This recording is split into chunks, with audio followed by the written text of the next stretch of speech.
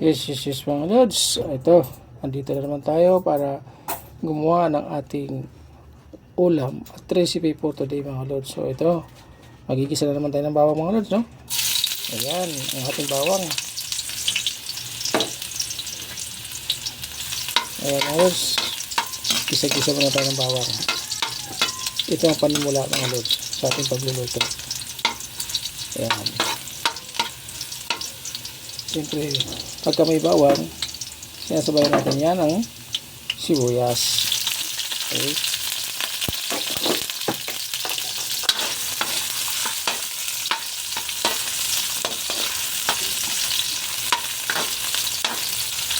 At siyempre mga lods, lagyan na rin natin mga lods ang ating kamatis.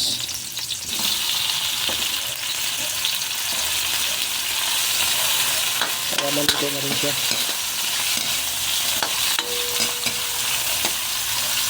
Ayan. At habang ito mga lods ay minimikos-mikos natin, ilagay na rin natin mga lods yung ating igigisa na chicken. Samahan niyo ako mga lods hanggang sa matapos yung ating vlog.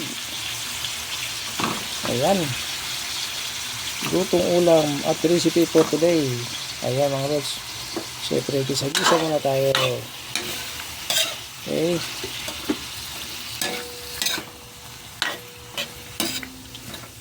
malinam at malasa kasi mga lods pagka ginigisa natin yung manok. Ayan, at medyo papula-pulahin pa natin ng konti para talagang tumalab at magkaroon ng yung ating manok mga lods, no?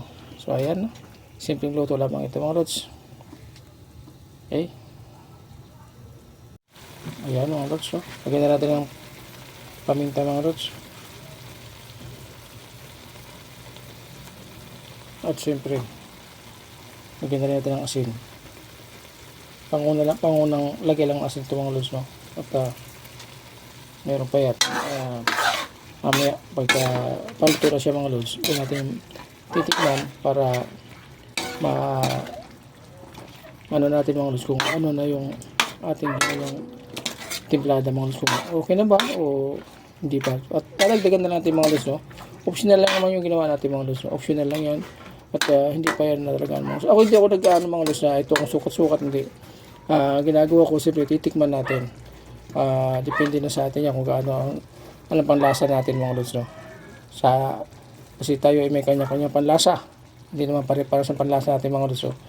Merong matapang, merong hindi, at merong katamtaman lamang. So ayan, ang ating ginagawa mga lods ay optional lang. Depende sa panlasa natin. So ayan, dinadagdagan lang natin mga lods kasi ito ay lutong bahay lamang mga lods. Okay? Samahan nyo ako hanggang sa matapos yung ating vlog. Okay, mikos-mikos lang. Takpan muna natin mga lods. So ayun mga lods, medyo mapula-pula na yung ating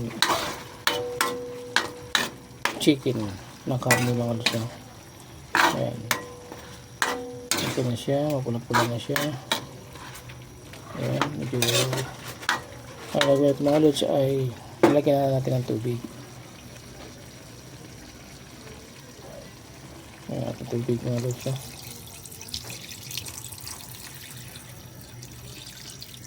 Ayan. Tapos mga lods, ilagay natin yung ating sampalok. Ayan mga lods, no? Hindi natin ano mga lods, no? Pagkulo niyan, siyempre malambot na yung sampalok natin, kukunin natin yung mga lods at ipigain natin para hindi naman tayo akyado sa gas mga lods.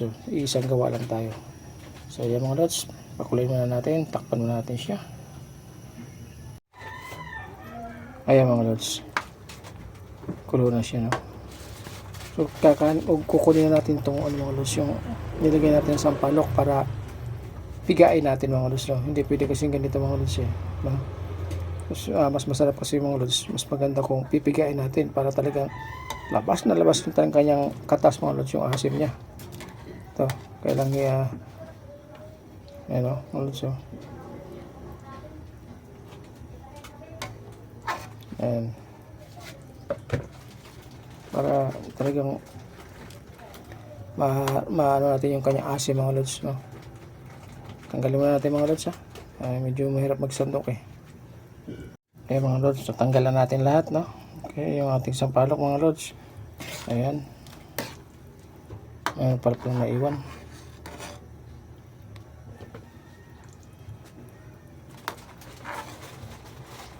Okay. Ngayon mga lods, ilagay na natin mga lods yung ating gulay. Ayan, may gulay tayo mga lods. Ating sitaw. At meron din tayong sigarilyas mga lods. Ayan. Lagyan na natin. At ilagay na rin natin mga lods yung ating siling haba. Ayan. Okay.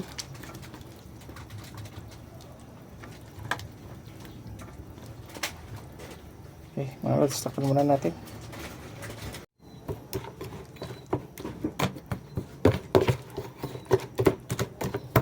Dinarog na natin mga lods.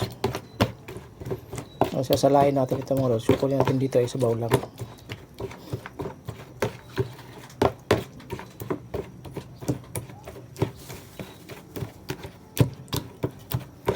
Okay. Salain na natin. Ito na mga lods.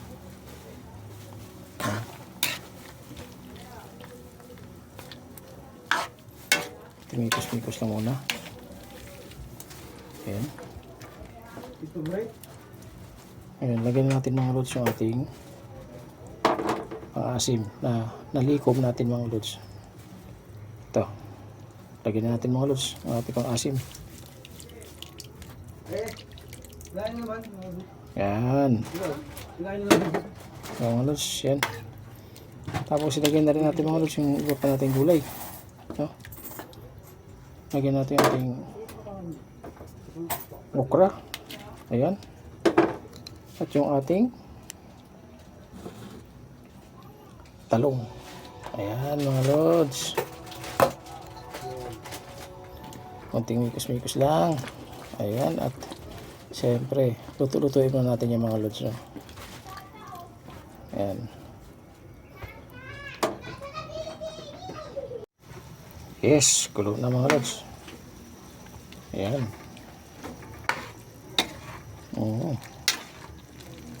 Wow.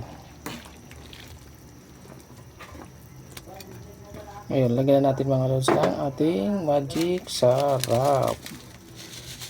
Ayan, ang ating magic sarap.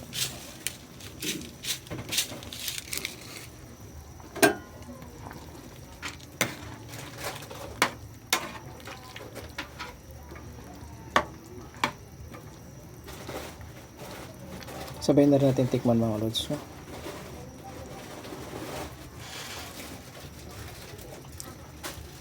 Wow. Medyo matabang mga lods. Tagdagan natin ng asin. Okay. Ilagyan na natin ng asin mga lods. Lagyan na natin.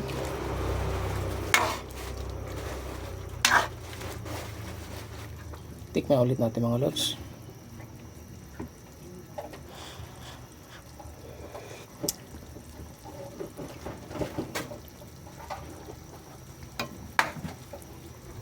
Medyo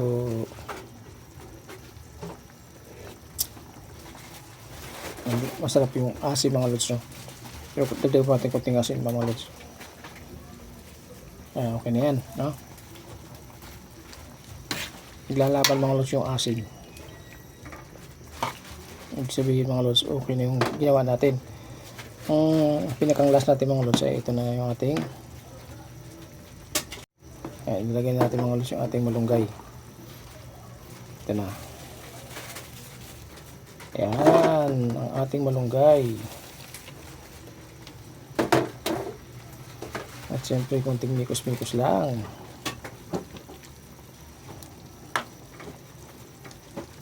Yan ang ating sinampalukan na chicken mga lods na may malunggay. Ay, yummy talaga nito mga lods.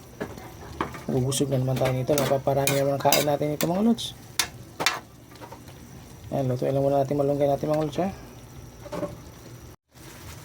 Ayan na mga lods. Okay na yung ating ulam for today. Para sa ating tanghalian mga lods. Ayan na ang ating sinigang. Ayan, ating sinampalukan na chicken. So, ayan mga lods, oh. Ayan, oh. Okay. Tikman na natin mga lods para ating na itong madesisyonan.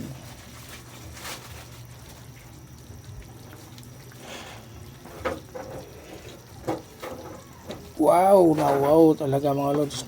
Tama-tama lang ang ating timplada.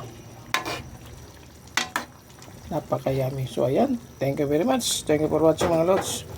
God bless po sa atin at ingat po tayo. Bye bye.